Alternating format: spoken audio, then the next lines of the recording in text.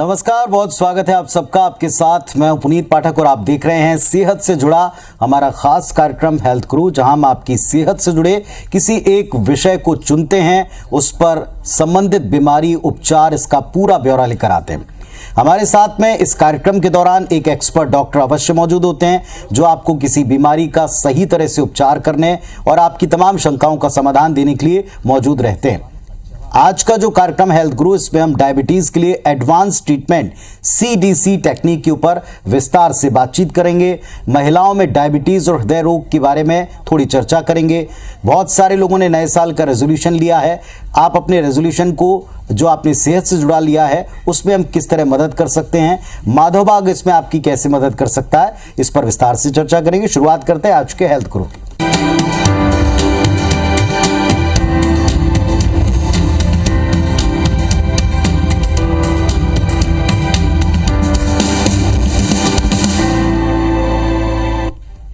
तो जब भी कभी हम माधव बाग का जिक्र करते हैं तो नई तकनीक और साथ में हमारी प्राचीन पद्धति, दोनों का ऐसा सम्मिश्रण हमको मिलता है जिससे हम बड़ी आसानी से अपने उपचार पद्धति को तय कर सकते हैं। तो डायबिटीज में नई टेक्निक CDC ट्रीटमेंट क्या है, इस ट्रीटमेंट क्या है, इस पर विस्तार से कैसे हम लाभ ले सकते हैं, चर्चा आज करने वाले हैं। एक्सपर्ट के तौर पर आज हमारे साथ में माधव बाग भोपाल के जो रीजनल हेड हैं डॉक्टर रंजीत नारंग साहब जुड़ चुके हैं।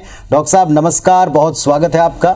डॉक्टर साहब, नए साल पर बहुत सारे लोगों ने रेजोल्यूशन लिया है कि वो अपनी डायबिटीज को कंट्रोल करेंगे। मेरे भी आसपास बहुत से लोग हैं जिन्होंने ये संकल्प लिया, तो पहला स्टेप उनको क्या लेना चाहिए आपके मुताबिक? ये बहुत ही अच्छी बात है कि ये नए साल पे आपने रिजोल्यूशन लिया है, लेकिन मैं ये कहूंगा कि इसको आगे सतत कंटिन्यू रहे, इसके लिए हमें 3 चीजें याद रहनी चाहिए, जिसका सिंपल सा फॉर्मूला है D3।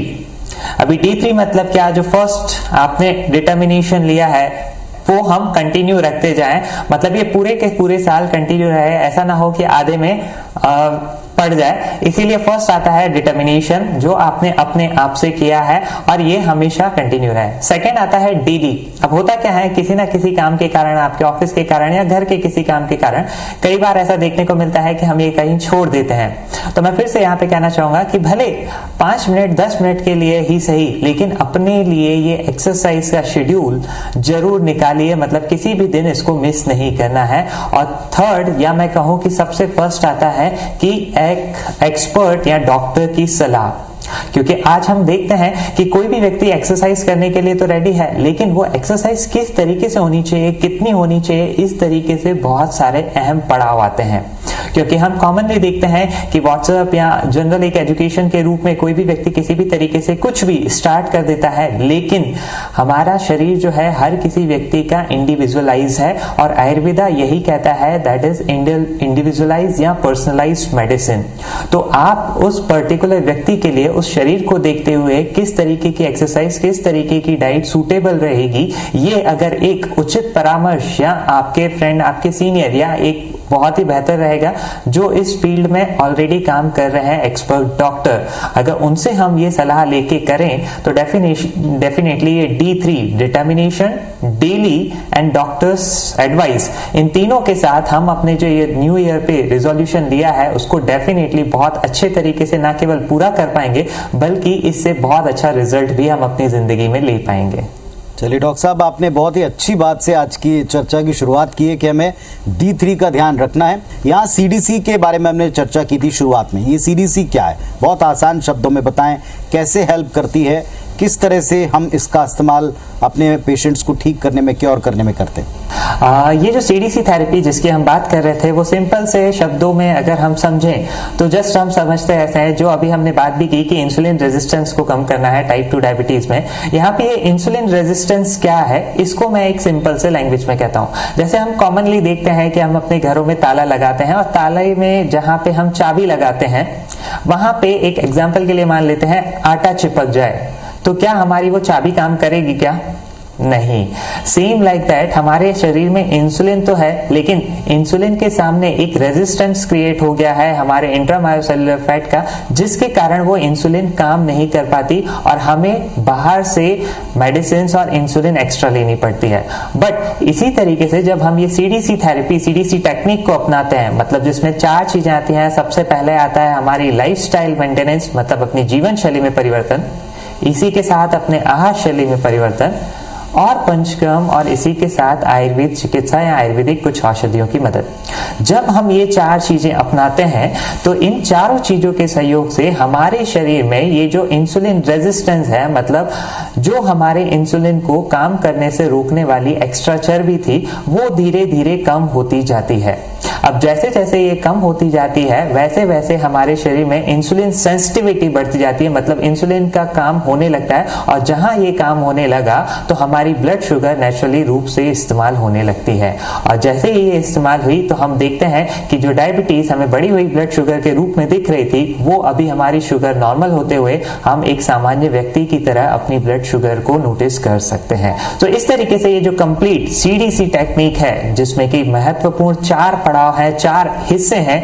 फर्स्ट जीवन शैली, आहार शैली और इसी के साथ पंचकर्म और आयुर्वेदिक कुछ औषधियां, इन चारों का अगर संयोग कर लिया जाए तो इसी को हम CDC रूप में जानते हैं। 2015 में मुझे ब्लॉकेज वगैरह आए थे, मुझे थोड़ा सा माइनर अटैक आया था। ठाकुर कॉम्प्लेक्स में माधोबाग करके है, मेरी वाइफ और मैं आया।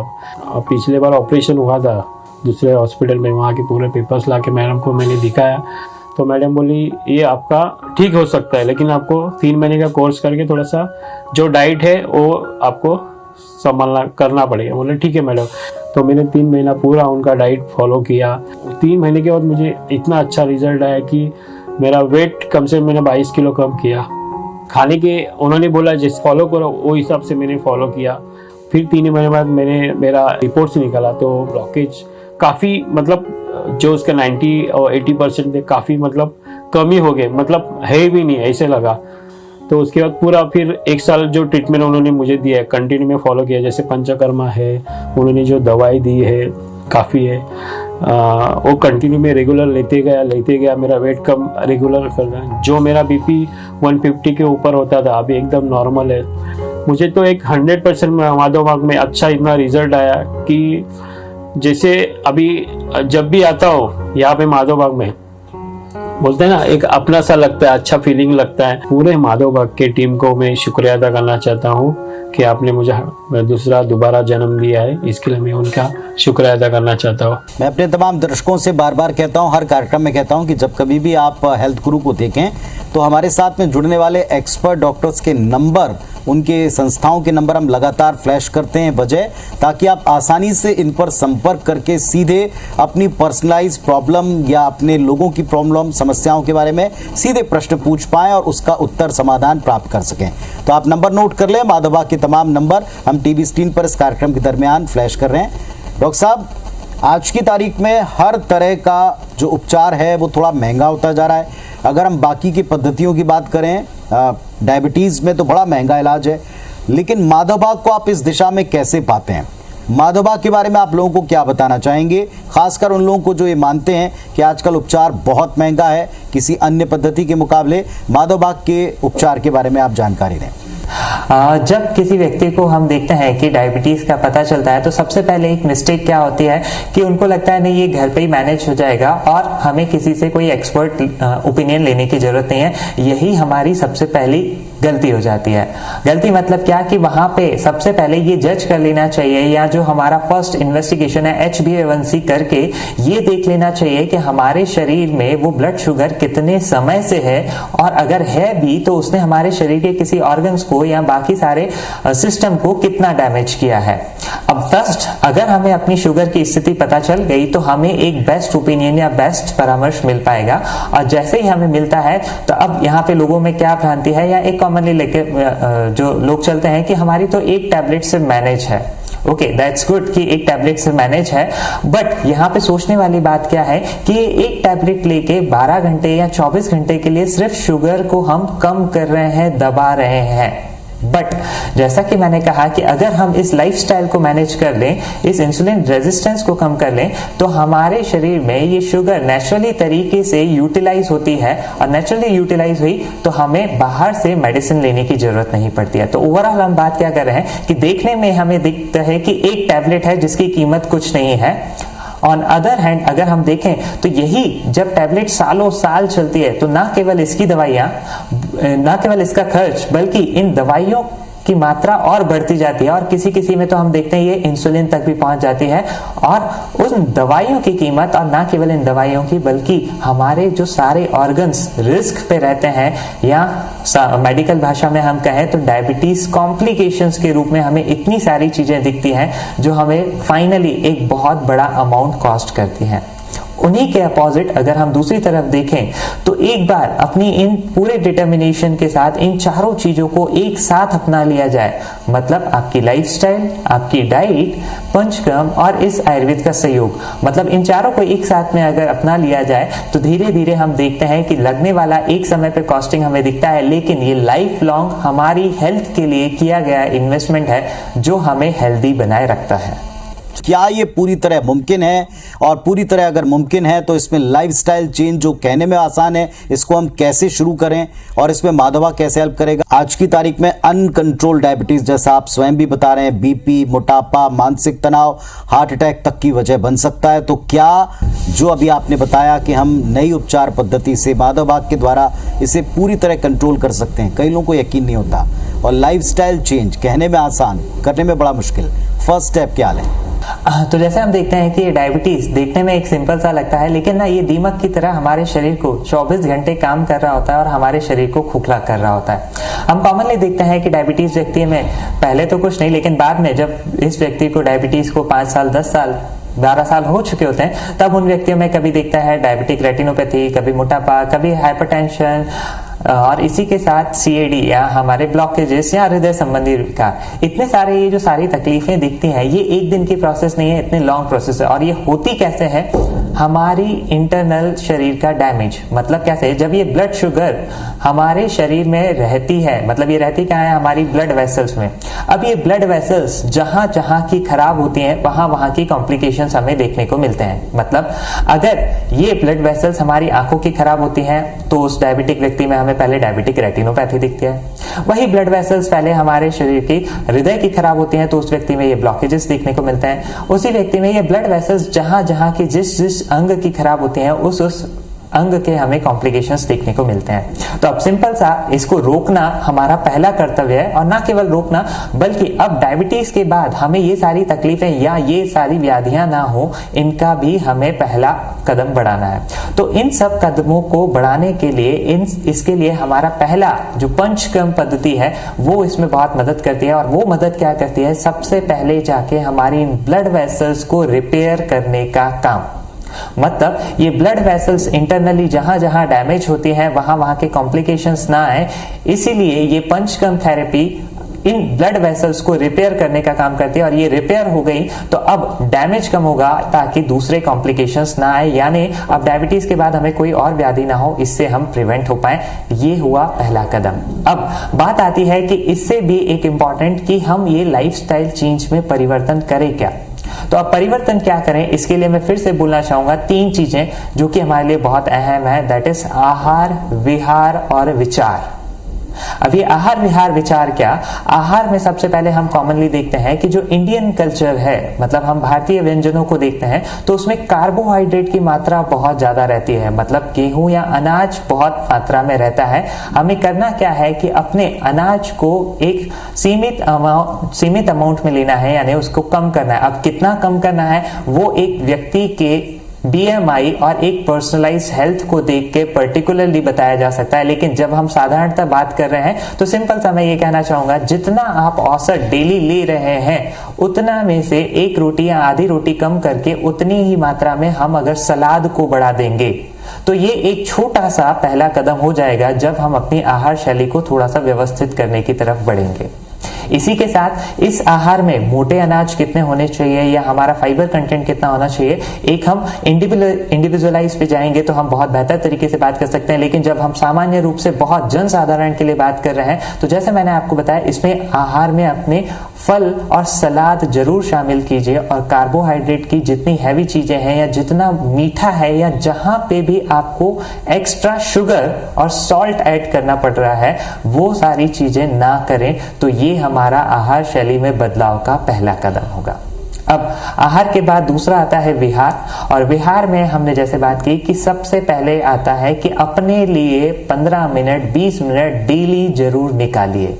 ये निकालिए, मतलब आपके योगा के रूप में, आपके वॉक के रूप में, आपके प्राणायाम के रूप में ये सुबह को जरूर होना चाहिए।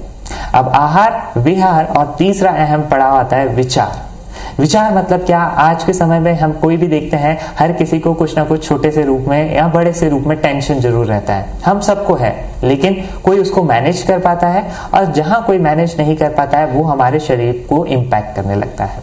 तो इस विचार के रूप में इस इम्पैक्ट को तो हम कम नहीं कर सकते, लेकिन हमारे शरीर को स्ट्रांग बना सकते हैं। और वो स्ट्रांग कैसे बना सकते हैं? दिन भर में एटलीस्ट 5 मिनट के लिए आप सिर्फ आंखें बंद करके भी बैठेंगे, चाहे तो रात को सोने से पहले या खाना खाने से पहले। अगर दिन भर में ऐसे 5-5 मिनट के या 2 से 3 मिनट के भी दिन भर में 2 से 3 बार आप बैठे तो डेफिनेटली हम इन आहार विहार विचार के रूप में अपनी जीवन शैली के बदलाव के रूप में पहला कदम उठाते हैं, ताकि हम स्वस्थ रह सकें। और ना केवल स्वस्थ, बल्कि अगर हमें कोई व्याधि है तो हम उससे बच करके स्वस्थता की तरफ बढ़ सकें। जी डॉक्टर साहब, एक डेटा हमको समझ में आता है, दिखाई देता है कि 30,000 से ज़्यादा लाभान्वित मरीज हैं जिन्होंने ये सारे चेंजेस करके, जिनको आपने कहा माधवबाग के द्वारा, वो आज पूरी तरीके से डायबिटीज़ से बाहर आ पाए। कैसे तय होता कि कोई डायबिटीज़ से पूरी तरह बाहर आ गया? यस तो जैसा कि हम देखते हैं कि डायबिटीज़ ठीक हुई है या डायबिटीज़ कंट्रोल हुई है, मैनेज हुई है, इससे हम बाहर आ चुके हैं, इन सब का एक कोई ना कोई निर्धारित पैरामीटर हो तो हम सबके लिए बहुत इजी होता है। और वो निर्धारित पैरामीटर कई लोग रैंडम ब्लड शुगर या सिर्फ एक ब्लड शुगर को मानते हैं, लेकिन मैं कहना चाहूँगा, यहाँ बताना चाहूँगा, एक इम्पॉर्टेंट या गोल्ड स्टैंडर्ड टेस्ट आता है, वो है HbA1c, या जिसको हम 3 महीने की एवरेज ब्लड शुगर के रूप में भी जानते हैं। तो जैसे ही कोई व्यक्ति आता है इस ट्रीटमेंट को, इस जीवन शैली को बदलाव करने के लिए, तो सबसे पहले उसका ये HbA1c डे 1 को देखा जाता है। और डे 1 को देखने के साथ जब हम उसके ये लाइफस्टाइल चेंजेस, ट्रीटमेंट चेंजेस, आहार शैली, जीवन शैली, व्यायाम शैली सब चेंजेस करते हैं, CDC टेक्निक को अपनाते हैं, तब इस व्यक्ति में 90 दिन के दौरान हम हर महीने इसको ऑब्जर्व करते हुए चलते हैं। और 90 दिन के बाद एक बार फिर से ये देखते हैं, तब हमें ये क्लियर कट डिमार्केशन दिखता है कि पहले दिन इतना था और अभी 90 डेज के बाद इतना कम आ चुका है। अगर ये पैरामीटर जो कि गोल्ड स्टैंडर्ड है, जिसको सारे कंट्रीज ने मान्यता दी हुई है, अगर ये हम देख पाते हैं तो ये सभी के सामने एक कॉमन पैरामीटर रहता है और एक मेडिकल पैरामीटर है कि यस, हमारा डायबिटीज बहुत अच्छे से मैनेज हुआ है।